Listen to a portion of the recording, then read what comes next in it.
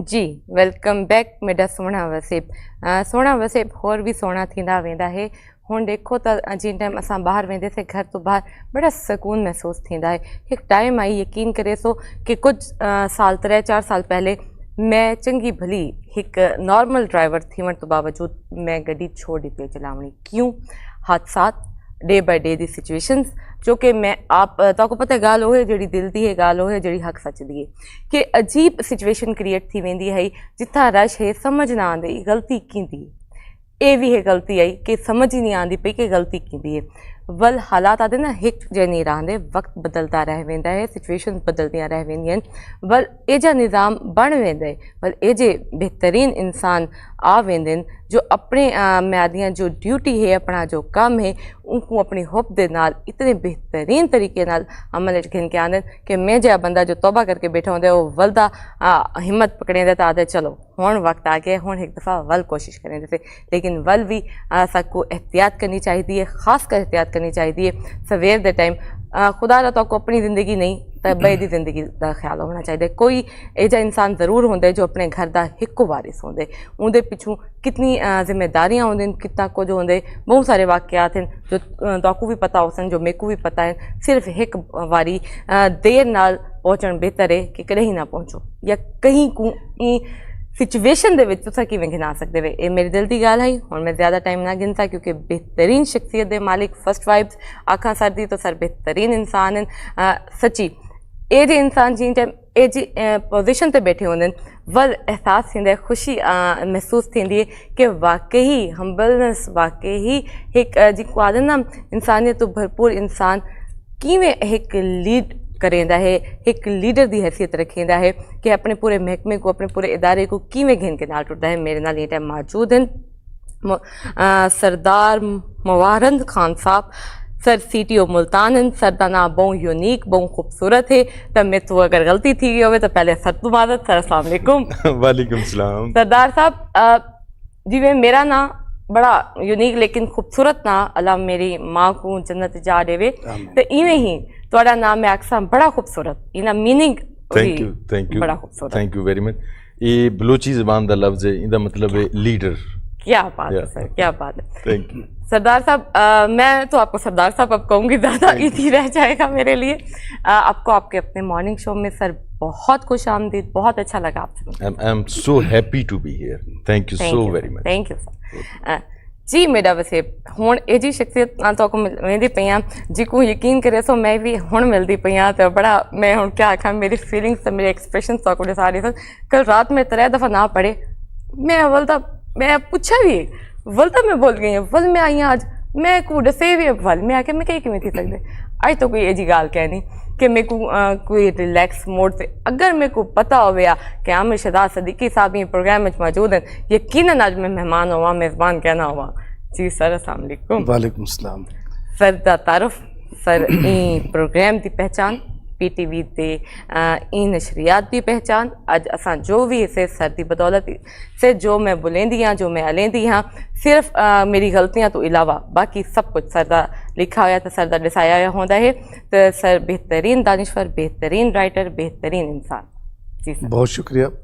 मेरे नाम दे तले मेरा एक आज दे खास तौर ते सरदार से senior member district traffic committee okay sir मैं गलती कर बैठी ये मेरे को ही कहना पता है तारुफ है ना थोड़े इकट्ठे कि एज ए सीनियर और सेक्रेटरी भी डिस्ट्रिक्ट ट्रैफिक अच्छा बस मैं उनको गुलेंदी रह गई आमिर शहजाद सदीकी को जो ए आई हां वो ताकू कवानीन ते अमल करेंदा है नजर आसी के थई क्यों जो मेरे नाल कवानीन ते अमल करावण वाले बैठे बेहतरीन जी।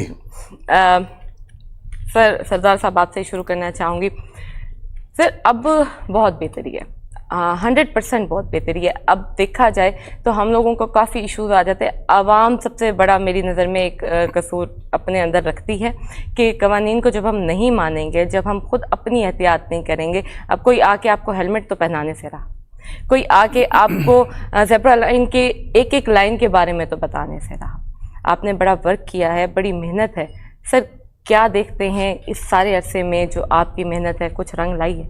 जी थैंक यू वेरी मच। पहले तो इस चीज़ के लिए कि इस चीज़ को मैंने ओन किया है अपने सिटी मुल्तान को اور اگر ہم اس کی ٹریفک کے ڈائنامکس دیکھیں نا تو تھوڑے سے ڈفرینٹ ہیں باقی جو بگ سٹیز ہیں ان سے. وہ ایسے ہے کہ یہاں ہمارے پاس کوئی الیکٹرک سگنلز نہیں ہیں ایز سچ, کوئی 2-3 ہیں جو آپریشنل ہیں, زیادہ تر ٹریفک ہے مینول. اور ملتان کے جو سبربز ہیں, جو اس کے ایڈجوائننگ ایریاز ہیں, وہاں سے جب لوگ آتے ہیں تو وہ ٹوٹلی انرولی ہوتے ہیں, یعنی وہاں کوئی ریگولیشن ٹریفک کی نہیں ہوتی, لاز کی ریگولیشن. جب ملتان میں انٹر ہوتے ہیں تو ایٹ ونس ان کو ٹریفک ریگولیشن کا سامنا کرنا پڑتا ہے, تو وہ ان کے لیے تھوڑا سا مشکل بھی ہوتا ہے. اس پرپز کے لیے ایک تو ہم ایجوکیٹ بھی کر رہے ہیں ساتھ, ہمارا ایک پراپر ایک یونٹ ہے ایجوکیشن یونٹ, تو اس میں بڑے اچھے ہمارے پڑھے لکھے آفیسرز ہیں کہ جو کہ مختلف کالجز میں, یونیورسٹیز میں, مارکیٹس میں ایون, یا ایسے جو ادارے ہیں جہاں زیادہ لوگوں کا آنا جانا ہوتا ہے, فلکس زیادہ ہوتا ہے, وہاں جا کے ریٹن فارم میں بروشرز, باقی چیزیں جس میں guide line, traffic guide lines ہوتی ہیں, وہ ڈسٹریبیوٹ کرتے ہیں, لیکچرز دیتے ہیں. یہ تو ایک سائیڈ ہے کہ ہم اویئرنیس جو ہے اس کو پراپرلی کر رہے ہیں. دوسرا پھر انفورسمنٹ بھی کر رہے ہیں.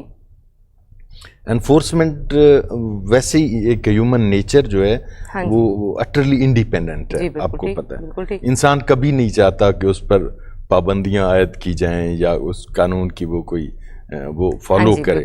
ایون کہ ویسٹ کی سوسائٹی جو اب آج ہم سمجھتے ہیں کہ بڑے ویل ڈیولپڈ ہیں, تو وہاں بھی اگر کوئی اس طرح کا یعنی ہو جائے, بجلی چلی جائے یا کچھ ہو جائے یا کوئی تھوڑا لا لیسنس ہو جائے, تو وہ لوگ بھی مارکیٹس کو لوٹنے نکل پڑتے ہیں. حقیقت ہے سر, یہ بہت بڑا ٹرو ہے. تو انسان کی نیچر جو ہے وہ اٹرلی انڈیپینڈنٹ ہونے کی وجہ سے وہ رولز کو فالو نہیں کرنا چاہتا, اس کو فالو کروانا پڑتا ہے.